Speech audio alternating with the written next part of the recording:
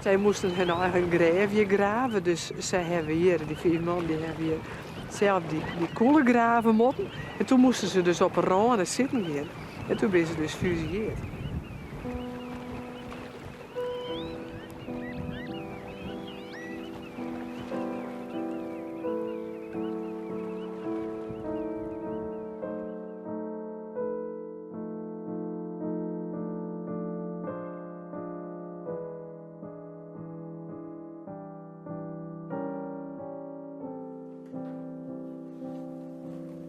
Wat vond u van de terrorist? Dol. We hebben een heerlijke vakantie gehad. Ik was 9 toen ik daar naartoe ging, dus ietsje jonger dan jullie.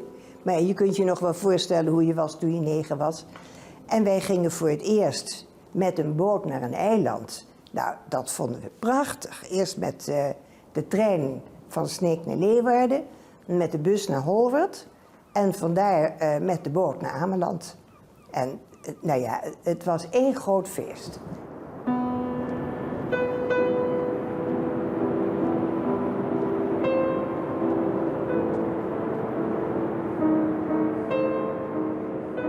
Er was een reis hoor voor die mensen. Doodop kwamen ze aan met een stel kinderen. Ach. En ja, maar ze waren allemaal nog jong. Je komen er anders vrouwen bij elkaar. Ja, dat weer een hele vreemde belevenis, zal ik je wel vertellen. Die eerste dag, als je daar bij elkaar kwam. Ja, werkelijk weer. Ja, want je bent vreemd van elkaar. Het is een hele... Ja, bedroefde stemmen om een ander elkaar vanzelf, hè? Ik zag er zo tegenop om al die mensen die ook een verlies geleden hadden. Ik denk dat er wat janken met elkaar. Dat was ook wel zo, maar ook lachen. Hè? Want je had allemaal hetzelfde. Hè? Ja, dat was geweldig hoor. Ja, het was gewoon, het kon niet mooier. Hè? Nee, ja, dat kan ik niet vertellen wat dat voor ons geweest is. Niet. Dat was werkelijk, daar leefde je het hele jaar op. Maar het weer net constant dat er... Dat je zitten te rollen met de wel, nee, ja. Nee. Zo weet het net. Nee. Als ze die misschien jongens in je eigen kamer. Had er wat weer.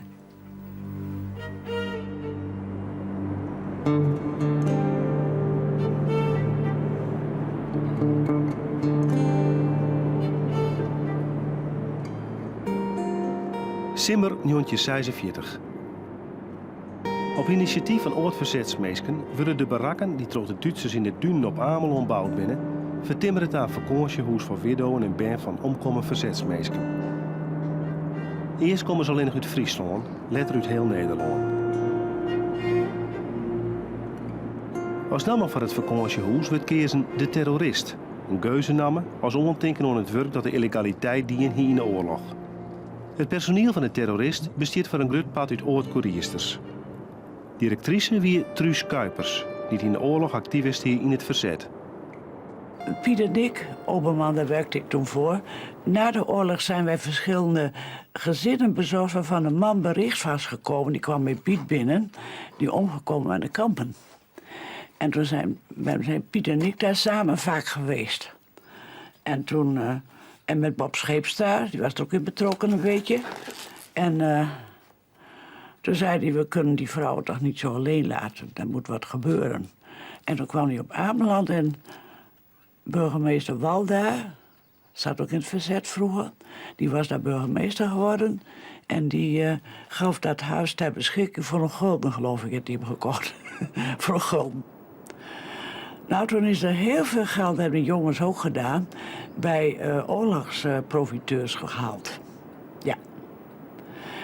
Bouwlui die voor de Duitsers werkten en andere zaken die niet goed waren. Bijvoorbeeld een visboer in Lemmer.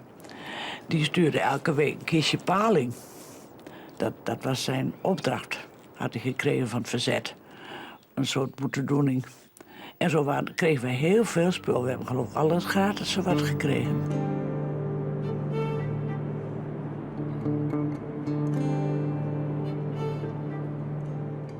Een van de vrouwen die het geregelde gasten zien de terrorist is Wil Smit, met haar zwansje Anton. Haar man, Petrus Keverkamp, wil in september 1941 ophellen door de Nederlandse politie om er in de illegaliteit ziet. Keverkamp wie kapper in Houtige Hagen. Hij was eerst naar het haardkwartier van de SD in Greensta bracht, het Scholtenshoes, en kwam later via het kamp Amersfoort uiteindelijk in het concentratiekamp Mauthausen terug in Eerstenrijk. De bevrijding was er en je meende zelf, je hebt nooit incalculeerd, hij komt niet terug, nee. Nou komt hij thuis, dus ik probeerde me al mijn zoontje erop voor te bereiden, nou komt je papa thuis, hè. En hij is in augustus, hebben wij pas bericht gekregen van het Rode Kruis, dat hij in Mauthausen omkomen is, hè. En dan kan je het nog niet geloven. Dan is nog ieder geluid wat je hoort, denk je, oh, daar is hij, hè. En nog na die tijd heb ik zoveel mensen bezocht dat ik dacht van er is vast een die een boodschap heeft. Hè? Die wat zegt over de kleine jongen of wat dan ook. Maar ja, dat tref je niet. Hè?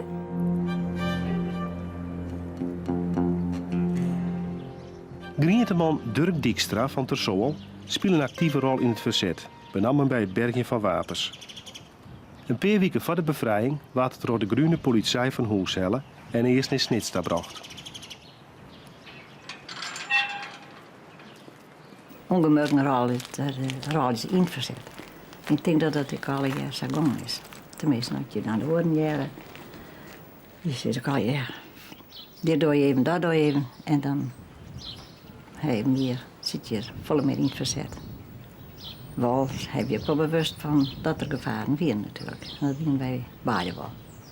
Zie je wel afpraat wat er gebeuren zou, of wat er gebeuren kon. En wat er dan, nou, hoe later wijzen zou, wat er wat gebeurde. Ja. Dat weer wel een afspraak. Wat hier je hem daarover wel praten? Wat hier de... Nou, we wisten ik wel dat er een wensje op komst weer. En dat eventueel mij hem neemt daar. En dat is dus ook gebeurd. Dus een famke een beetje Durkje. Was er ook een begrafenis toen uw vader overleed? Nee, er was geen begrafenis. Mijn vader is in de oorlog opgepakt door de Duitsers. Want hij had in het verzet gezeten. En hij is al een jaar na het begin van de oorlog in mei 1941 opgepakt. En heeft toen in de gevangenis in Scheveningen gezeten. En daar zaten een heleboel verzetsmensen. En toen hadden ze dat als bijnaam voor die gevangenis bedacht, het Oranje Hotel. Want het waren allemaal mensen die waren voor de koningin, de Oranjes. En in het Oranje Hotel heeft mijn vader 1,5 jaar gezeten. En toen is hij op transport gegaan met een trein naar Duitsland. In verschillende kampen heeft hij tussendoor nog gezeten. En geëindigd in Neuengamme bij Hamburg. Dat was een concentratiekamp niet al te ver van Hamburg vandaan. Hamburg is een grote havenstad aan de Oostzee in Duitsland. En daar is hij overleden. Maar er gingen zoveel mensen dood dat ze helemaal geen begrafenis kregen. Ze werden gewoon allemaal tegelijkertijd gecremeerd in een groot crematorium. Dat hadden de Duitsers speciaal gebouwd bij die kampen. Ja.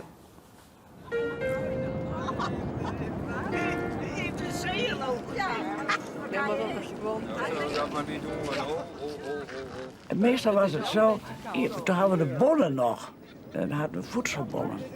En die moest ik hebben, anders kon ik niet eten kopen. Dus dan kwamen ze allemaal bij me op kantoor en dan had ik met iedereen gesprek. Dat kostte dagen. En daar is heel wat afgehaald. Dan kreeg ik de verhalen te horen, hè, wat ze allemaal beleefd hadden.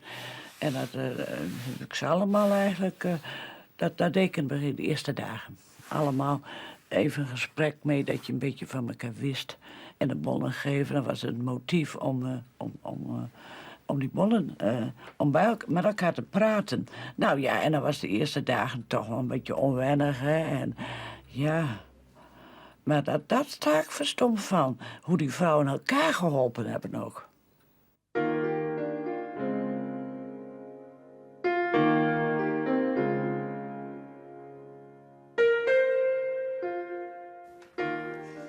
Werd er gesproken over de oorlog in de terrorist? Door de kinderen niet, want weet je, dat was iets dagelijks. De oorlog die zat gewoon bij je in huis omdat je vader was weggehaald. Maar ik denk dat de moeders nog wel eens erover hebben gepraat. Want die zaten natuurlijk allemaal met hetzelfde probleem van hoe breng ik de kinderen groot. En er was natuurlijk weinig geld. De barakken van de terrorist binnen er nog altijd op Ameland. Enkel binnen ze verpleegd van het Dun Noordzee, meer het Longen in, dicht bij Nes. Ja, het idee dat de keuken weer dicht. Achterin. Helemaal achter, ja, maar zo is Daar hier met de weg. We waren daar omdat mijn vader was overleden en mijn moeder pensioen kreeg van de stichting 4045. En deze stichting is deze vakantieweken begonnen. Dus alle mensen die pensioen kregen, dat heette buitengewoon pensioen, die kregen allemaal een uitnodiging om daar naartoe te gaan. Moeders en kinderen. Zaten ze hier mooi in. Ja, Ik heb een foto, er zit Durkie, die zit in... Anton ook. Anton zit ook altijd in die vensterbank. Ja, ja. Dan kwam uit de keuken even een praatje bij je maken voor het open raam. Ach jongen, ja jongens.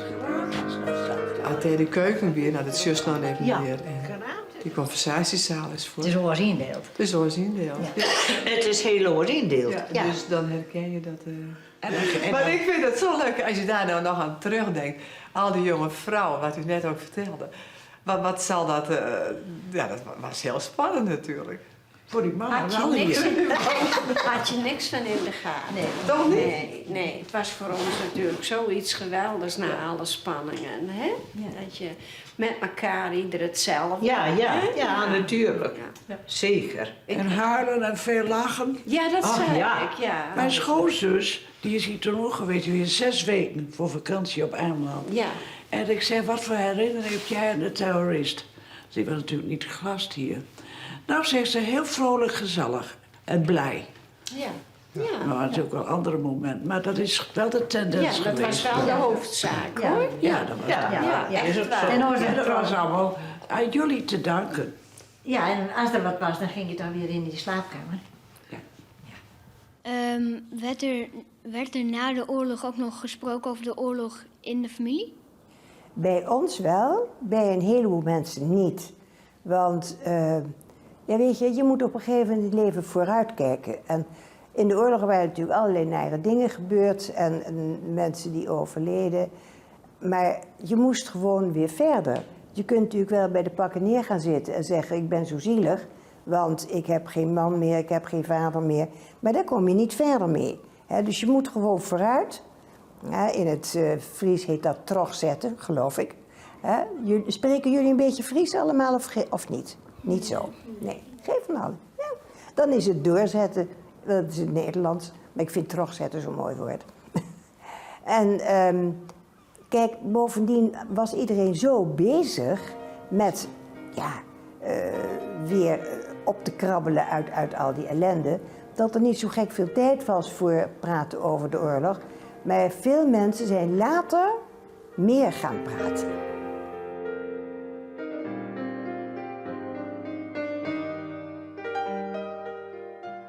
Ze hadden wel verdriet, maar ze waren toch jong.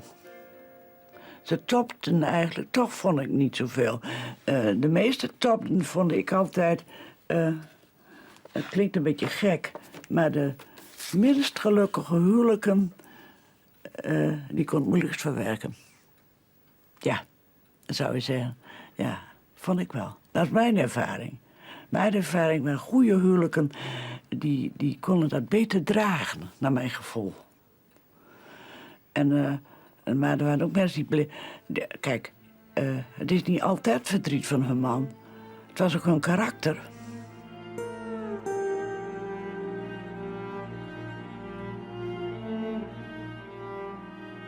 Ja, je bent blij maar dat je wel bevrijd bent. Je bent blij met het geheel, dat Nederland saffer, dat wij als Friesen weer saffier zijn. No? Maar je man weer er net. Daar wist hij nog niks van wat er mij gebeurd is. Nee. Ja, dat zit wel in, dat blijft wel bij je natuurlijk. Maar dat oren ontstemde dus toch eventjes. Ja, zo weet het wel. Net, dat vergeet je net, maar ja, de vreugde van de bevrijding. Want dat werd toch geruid. Dat werd geruid. Dat woon wel even het skaat. Dat jacht. Dat maakt wel best zin.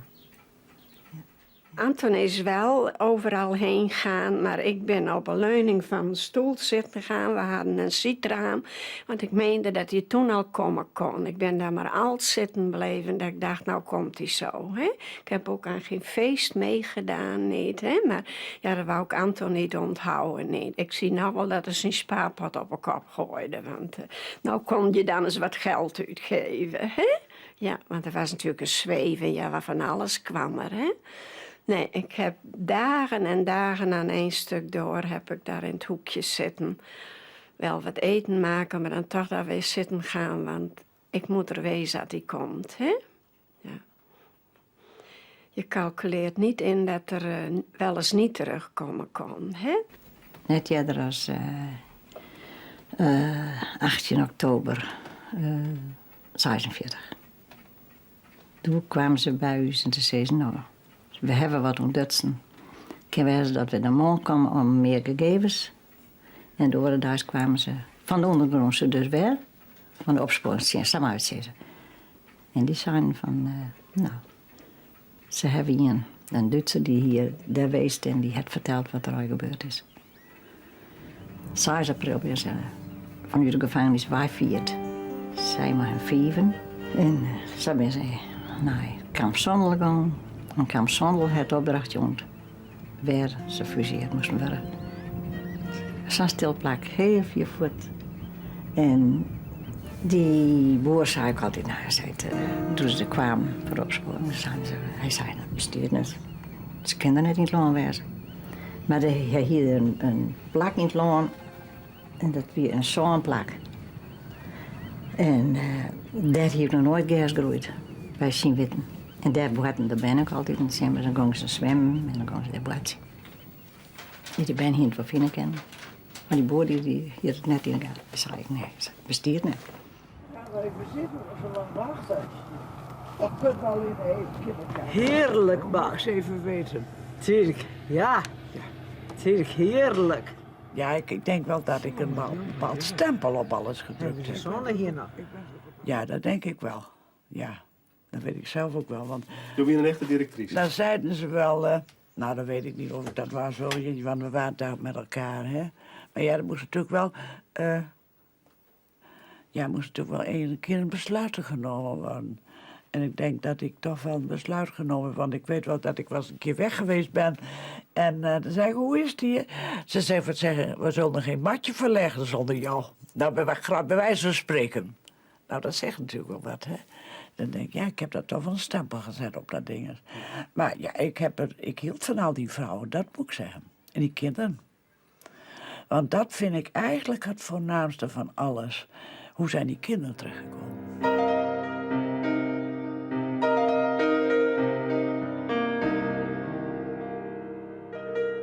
Dat is het fotootje van onze hele familie. En ik ben dat babytje in de doopjurk.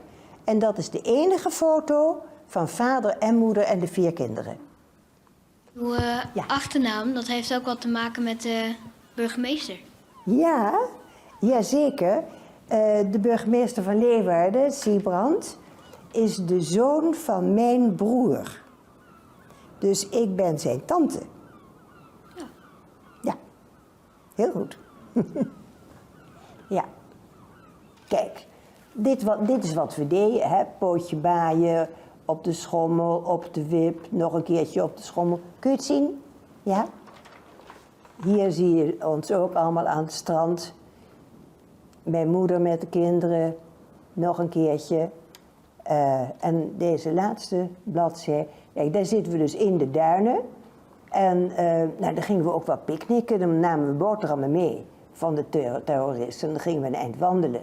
En dan ging je op een gegeven moment met z'n allen zitten, picknicken. En ja, dat was natuurlijk allemaal dolle pret.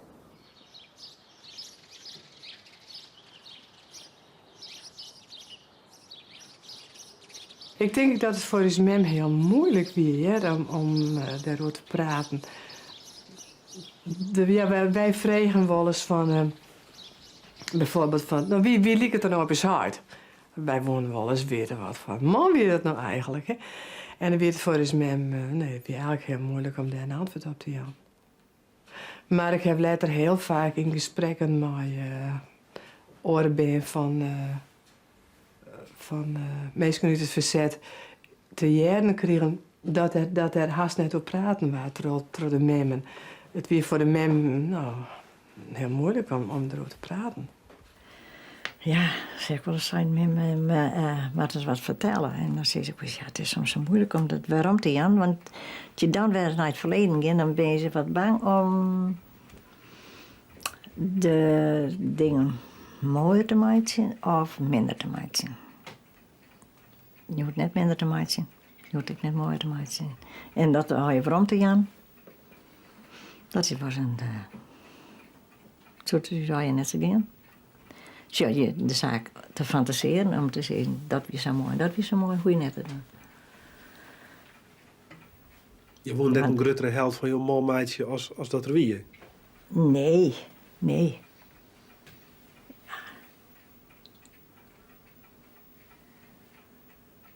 Nou, nee, ja. Wat zou ik zeggen? Ja, ik bedoel... Ja, het is wel geweldig wat hij van Nederland deed. Ja, dat was ook het wel. Het gang van Nederland wat hij deed. Voor Israël, ja. Ik vat nageslacht.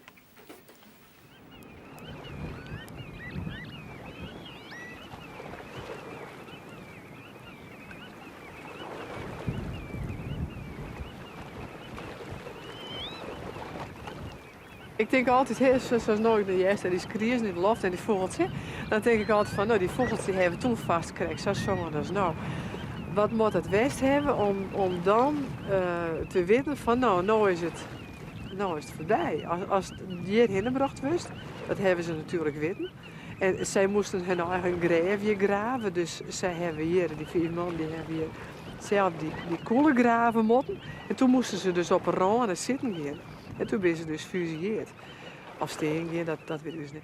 Maar in ieder geval, die hebben dit weten. En dan juist toch vogels. Ik geloof vast dat ze dat jet hebben. En hier om hun hele zonne. Want dan zeggen ze hetzelfde wat wij nou zoeken.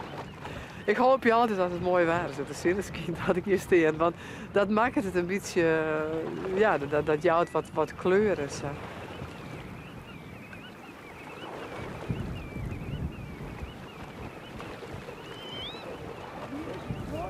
Ik ben na 15 jaar weer getrouwd. Ook weer met een die in een concentratiekamp zitten had voor arbeidsinzet. Die moest naar Duitsland voor arbeidsinzet. En die is vluchten en die hebben ze op een vlucht gepakt. En die is maar 44 jaar geworden. Die is nu alweer 32 jaar dood. Ja. Maar ja, dat heb je allemaal meemaakt, hè? Ja. Heel weinig vrouwen zijn getrouwd en ze hebben bij de stichting dus de gedachte dat het van die vrouwen, van die dames een soort ereschuld is. Een eregevoel is van, nou ja, dat het mijn man dient voor uw land. En dat ze hem eigenlijk een beetje, ja, of zelf op een voetstuk houden. Maar ik denk dat er nooit weer iemand aan tippen kan. Zo, op die manier. Ik heb wel onderzoek gehad. Dan moet ik niet weinig nog vaak een blaadje. Toen wennen we nog in de Zwammerdam. Net een volle vertellen, man. Nee, maar die jongens wie al die essays, maar nou ja, volwassen van squallen hoor, maar vierders voor de rest net. Maar ik had zin hem zijn, daar hoefde hij net op te rekenen. Ik zie dat al gaande, ik voort. En dan zien dochter op mijn spul passen. En ik daarheen en mijn vreemde man, nee. Dus men heeft u ooit wel eens vregen van stel je voor dat ik nou weer trouwd wie, hoe zou je hem dat voelen? En het schijnt dat wij dus zijn hebben, nou die zouden we er wel uitpesten. Ja, dat heeft maar ik wil net leeuwen dat dit haar keus beïnvloed heeft. Maar nee, het is juist het inderdaad een boel. Maar in dit verbond wordt wel eens zijn van ja, het is een soort ereschuld wie het zo van dat past ik net, dat ken ik net. Want, nee, Ik kon net, ik kon geen oren verdragen. Ik nooit op recasseerd en ik heb dit spul ik altijd netjes behandeld, maar wel voor je nee. Ik ging in baan en die moest ik eruit brengen. En daar hield ik de handen vol aan. En het zou kunnen zijn dat inderdaad vrouwen dat niet zouden kunnen verdragen dat een ander voor de plaats kwam. Dat zou wel kunnen, ja. Het was natuurlijk anders dan een gewoon overlijdensgeval. Dit werd steeds levendig gehouden. Jaar in, jaar uit, bij alle herdenkingen.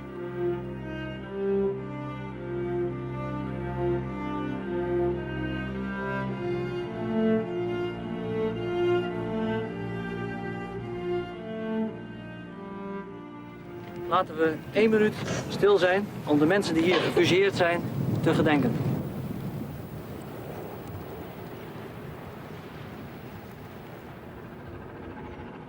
Het is merkwaardig dat er nu weer een oorlog is in Europa. Dat hebben we zo lang niet gehad. En nu net de terrorist die teruggrijpt naar de Tweede Wereldoorlog. Ja. We zijn wat dat betreft in Nederland een heel gelukkig land dat we geen oorlog meer hebben gehad sindsdien. En dat moeten we zo houden. Ja.